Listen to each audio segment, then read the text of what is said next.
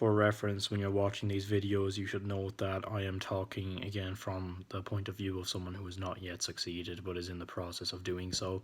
You may have came from a future point in time where I do end up being successful, but in this current moment, as of August 26th, 2023, my friend's birthday, I don't have anything under my belt to show for. So just know that, but I think that what I say still has validity nonetheless, because I've put myself out there. I've went through some amount of suffering, and therefore I'm ready to claim my slice of the pie any week now. As long as I keep doing it, keep making myself suffer more and more, and that way I'll keep getting better and better. But anyway, today I was going to talk about something to do with what was it? I have to think for a minute now.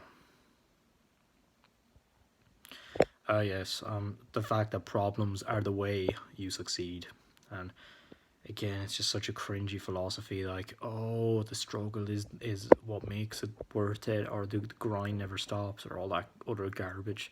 I'm sorry, I'm very critical of virtue signalers on Instagram who post up things trying to get the population to round around them.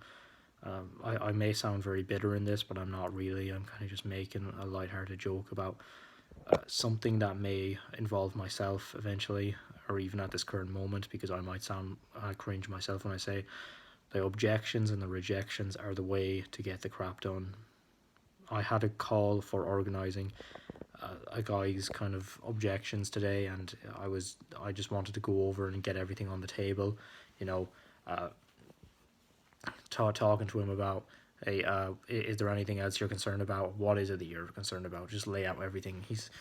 We basically went over today. We went over, in fact, commission was a bit high, so I negotiated that a bit, and then the logistical issues for the business as well. Now I'm not going to go into details about it because obviously that's confidential stuff. But basically, we came to some sort of resolution and agreement, and I do really like the things were kind of the things that we're going to talk that we're actually planning to do, and it's going to end up lucrative for me as well if this ends up working out, and I'm pretty sure it will. But he needs another week to. Now I know the whole need another week, but says that it was because of somewhat personal things, and I'm not going to dive into that because business life is separate from personal life, and personal life comes first. So I'm not going to barge into someone's personal life or anything. It's and I didn't probe any further because you just don't do that. Like, and I know this may seem obvious when I say don't probe into someone's personal life, but people really just might not realize that because it's just like a situation where, you know, someone might just think, yeah, why don't I do that? Why don't I do that? You got to be the pushy sales type. You can't be fair or anything. You got to look after yourself, King. Like, piss off, please. I mean, it's stupid. It's really, really stupid. And on the Q&A call I was on with Charlie Morgan and his subscriber community, one person asked, and I don't want to criticize this person or call them out, but they asked, how should I fake testimonials? And then Charlie Morgan, of course, just said, you don't. And I was just thinking, why the heck would you do that? Like, do you have any value system in terms of authenticity at all? Like, do you want to, is that the way you want to get clients, through lies? Like, I wouldn't care if I don't really want to hold myself to this standard forever, but I don't care if I got clients and got them results if it was through dishonesty, because honesty is a very important thing. And if I got no results for clients, I'm not going to directly say I haven't had any clients yet, because that's a stupid thing to say. But what I will not say is that I do have them, and that I have something to show them, and that, oh, there's a fake testimonial. Plus, it could come back to bite you as well, because then they might go, okay, who should I contact about that, just to, validate that thing. And then you're really messed up, because that's, you're really messed up because, then you have to give them a fake phone number, and then they're not going to get the phone number, and they're going to be questioning you about it more and more, and then eventually it's going to come out, and you'll be really you'll be in a worse position than had you not said anything at all. Like, you don't want to be a liar. Liars are worse than people who don't have any experience, and they usually are. So you just don't really have anything then. But sorry, I went into a complete tangent. Again, it's just me going with these tangents. This is the production quality you get. So basically, what that was kind of the way that I sort of got him more on board, because I discussed things with him, and I was truthful to what I said. I didn't try to onboard him today, even though I did have the contract ready, just in case. We actually got something pretty quickly, but he said that he'd fill in that onboarding form and all that, and yeah, that was kind of how I got him more on board. It was through discussing the problems, ironing them out, and through all of that I actually got him on board. And that guy yesterday who I called, because he emailed me back saying, "Hey, we're not actually going to be using your services." I should have did it then as well. I should have said, "Look, John, the offer I have logically incentivizes me to get your results, or otherwise I fail and my business fails. I have no reason not to get your results, so I'm going to get you results." So how about it? I should have said that, but I wasn't. I made the mistake now, and now I realize it. Maybe maybe it was pain avoidance. Maybe I just didn't think of it on time or something. But oh well. And at the moment, I'm just so shattered, just completely shattered. I just, it was about 4:30 in the evening, not really evening, afternoon, and I didn't feel like doing anything. I just kind of felt awful, and I realized, oh, I have those emails to send. So I went ahead and sent about 150 emails, and then got off the laptop again. And man, it was not the most fun thing. Man, I just want to go to sleep. I think that I enjoy my sleeping life more than I enjoy my waking life. People always say, "Oh, I can't wait to wake up again tomorrow because it's such a sunny, shiny day." I prefer the moonlit night where my consciousness fades away into the darkness. That's what I prefer.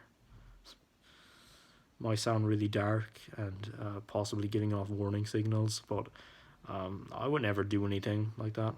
Like I've pretty much made a vow to myself never to ever like harm myself in any way. So I'm never gonna do anything like that. But I do prefer just kind of being in the shadows of my own mind. Being somewhat in delusion, because that's the best. Well, not in delusion, because then you wake up the next morning and you're like, oh, for flip's sake, I have to go and do this now. Again, my thumbnails are actually coming on fine. They don't choose the frames where I'm like, I'm not gonna make a stupid face now because there's a chance I might choose that, but I'm not. It doesn't choose like stupid clown faces I make. It chooses like important, good thumbnails that would look actually good on the thing.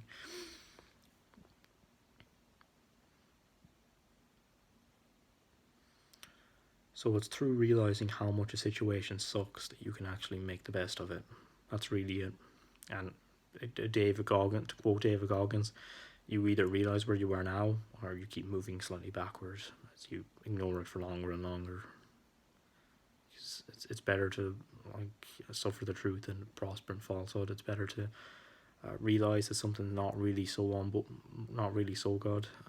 Like it's better me dealing with somebody's issues and than me trying to treat them like some kind of robot that's going to do my automation for me.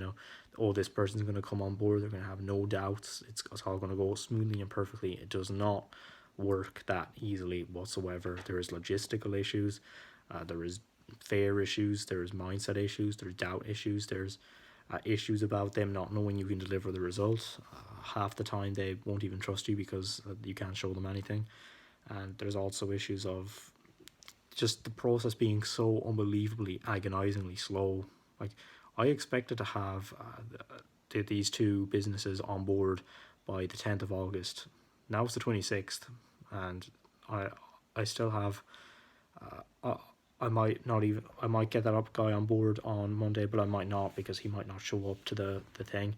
So basically I'm at a crossroads here where I need to stay patient, and I need to stay completely vigilant on top of everything. And on the guy I had on the call today, he seemed, I'd say he trusts me more. He he respects everything from my end. It's just Google's end that he doesn't really want to risk too much on, and he's kind of looking to like put less into Google Ads than what the industry minimum would be, and he's having a hard time seeing where we could actually get a profitable result from. So yeah, it's going to be pretty tight. Like even if I deliver very good results, it's going to be tight. So at least I'm realizing this. Like I chose a hard bloody niche when I chose HVAC, like heating, ventilation, air conditioning. It's not easy because the margins are pretty low, and the jobs vary by a huge amount, and they take a long time as well. So it's not an easy niche whatsoever. And I'm not saying that like, oh, poor me or anything. I'm just saying I chose a difficult niche, and I'm going to bloody reap the benefits of it. But in the future, I'm staking everything on my future selves pleasant experience. Hopefully I'll be making 100, 200 grand a month in like a couple of years, and that'll be great. Maybe not, no. I need to be pessimistic with time and all. Otherwise I'm going to get like too distracted and too happy about things. At the beginning of this month, I was fantasizing about myself. Oh, by the time I'm back in college, I'm gonna have so much money, and it's gonna be a breeze, and I'm gonna be able to pay for my own bus. I'm gonna be able to buy my own food. I'm gonna be able to do everything myself. I'll be able to come back and live in my own apartment, and that will just be amazing, amazing. Hey, and that's just what I do on the weekends. I just fantasize about that, and then I got a bloody kick up my ass. Like all together, I got a real kick up the ass like the next week, because I signed a couple of meetings, right? But then on that Friday, I tried calling one of the guys I had on board, and it didn't register, and I wasn't able to actually get in touch with him, and so the call didn't go forward, and therefore I thought he blocked me. I genuinely thought he blocked me. I was so worried about that. Oh my gosh, if I only have one point of safety now, then what am I gonna do? Like, there goes my ability to make money. Like, I'm gonna have to start outreaching again and just rely on that solely. And even the prospect of doing it now, it's just like, gosh, I just don't have the energy for this. I just really freaking don't. Like, my brain is already about to explode. And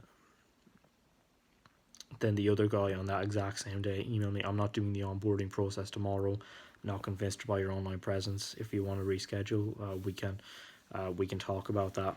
And I was like, oh my gosh, like everything just fell apart in like 2 hours. Like, and I was just there before that, contented and feeling happy with myself, and fantasizing about the life I was going to have in Galway, about how I was going to have everything and how everybody would respect me, and I become just this great figure of wisdom within the community. And I got my ass handed to me on a silver platter, and it wasn't nice. It was very unpleasant. That's what happens when God hits you. You go through an ordeal. That's what you go through, and I'm never gonna let my mind wander to that place again, to where, oh look, I'm in delusion.